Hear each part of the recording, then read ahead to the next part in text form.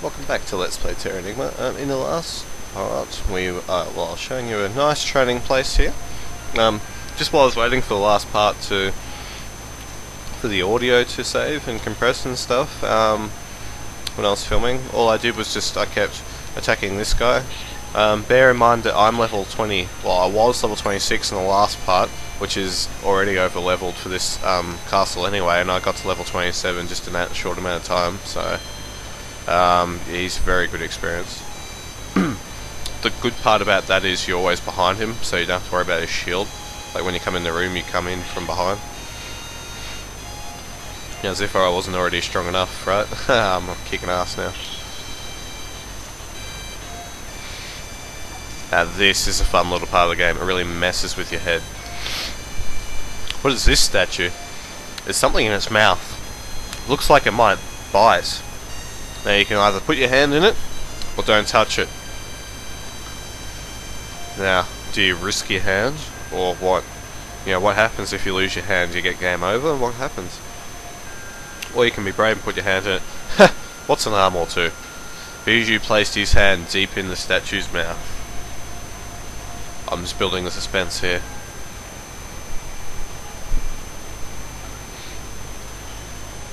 And everything changed to water. So there was no consequence of placing your hand inside the statue's mouth, but for those of you who are weak-minded gamers or, you know, whatever, you'll want to grab this too. For those of you who don't want to take the risk, you will never, ever, ever beat this castle. Of course, when you're actually playing a video game, you don't care so much about putting your hand inside a scary mouth, but if you put yourself in this situation, in your shoes, what would you have really done? Like, you could potentially lose... you could potentially lose an arm or a hand or whatever. Would you put your hand inside? Would you? I don't know. I don't know if I would. But it's all about... that's what this game is about. It's, if you get what I'm saying. It really puts yourself into the character's shoes, like with things like that, I think. It's just clever gaming. Clever game design. Sorry if I'm sniffing a lot too. Still got that bloody runny nose from before. Should clear up later today, I hope. Also later tonight, I'm in a table tennis grand final. I play table tennis and made the grand final. We placed 4th and we had to beat the first place team in the semis to qualify, and we did. So, grand final tonight. Hoping that we do well. Wish me luck, guys. By the time you see this on YouTube, I will have already played the grand final. Obviously, by the time I upload this, it'll probably be at least a month. Maybe not a month, but could potentially be a month since like the disparity between when I record and when I actually manage to get this up on YouTube is quite long usually. To put it into perspective, I started recording Terranigma I think back in would have been about a month or two ago, and I haven't uploaded anything as of yet. Like as of this time now, it's June the 24th, I think. Bijou, come check this out. Remember that date from before? What is this oil can? Maybe it can be turned by kicking it while shoving the wall. Whatever he reckons, but... So do you remember the year 286?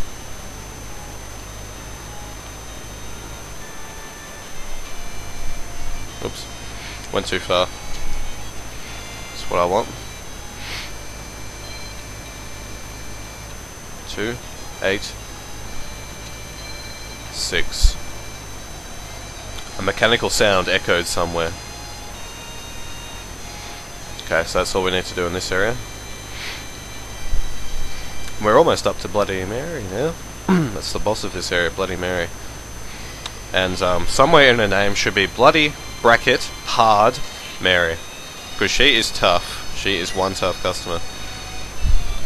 Probably the hardest boss in this game. What many people don't know is you can actually use magic against this boss. Most bosses you can't use magic against. Bloody Mary you can, so that makes it just a little bit easier.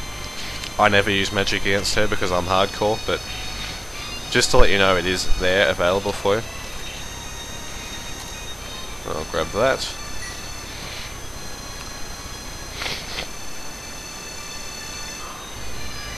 Don't know why I'm coming in here, I just wanted to have a look.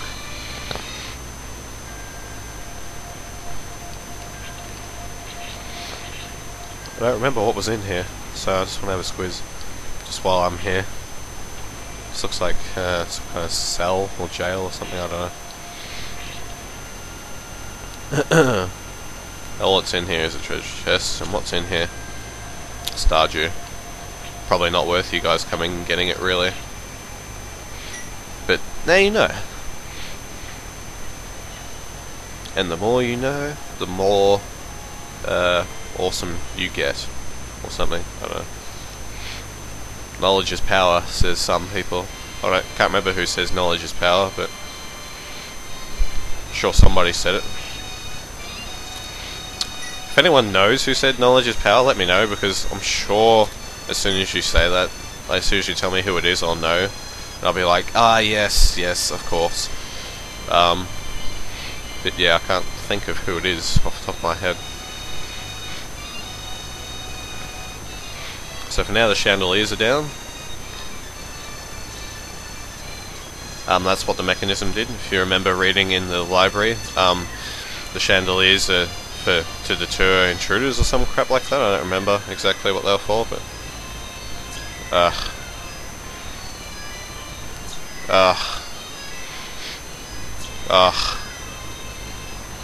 it's hard to jump across here. Oh yes. Bijou obtained, ruby. So that's 3 of the gems down. We just need 1 more, the sapphire from memory. And we also get a large bulb, which is most welcoming. There's no reason to walk on this one. Not sure if there's some... No, that's all you can do, I think, from the chandeliers. So don't worry about anything else in here. Let's go back where we came from. We just need the sapphire. If you remember correctly, when I put my hand in the serpent's mouth, I changed the acid into water. You may remember, when I was entering this castle, there was acid out the front with a statue. See that in the hand? Looks pretty blue, doesn't it? But what you might not suspect is that the sapphire is actually in the water, not in her hand. See, the sapphire was submerged where indicated by the statue's gem. So it was actually reflecting off the water into a hand or something. It's quite interesting. Anyway, Bijou obtains the sapphire. Now we have all these magical gems. What do we do with them? Of course, we place them in the paintings where the eye hole is missing. For some reason, I don't know why, but she still keeps holding on to the gem. I don't know if there's like a secondary gem in the water or what, but anyway. Whatever. Might I say, prepare to be creeped out. Kind of creeps me out a little. This part, I don't like it. It's really creepy. Sort of, yeah. Don't know if it's the music or what, or the creepy paintings or what it is, but anyway. The jewels started moving as if they possessed life.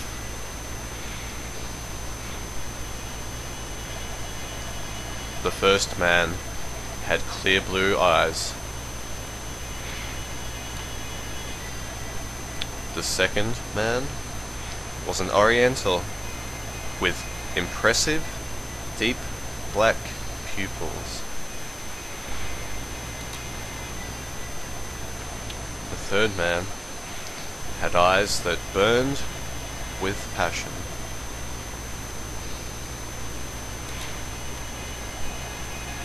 The last man had a brown false eye.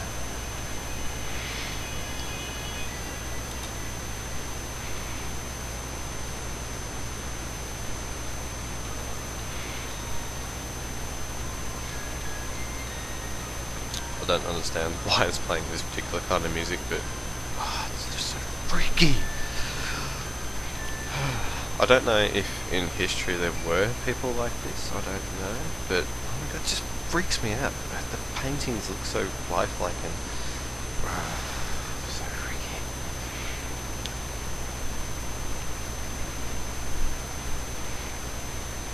This whole place is freaky, like just the concept of everything. It's really, and as you see, here's a chandelier to deter intruders once again. Bang! No intruders are going to get in there. Pow! Straight to the head. So we're left with a hole in the floor. And that, my friends on YouTube, is where we will fight one of the hardest, if not the hardest bosses in the game. Bloody Mary. See you in the next part for the boss fight of my life.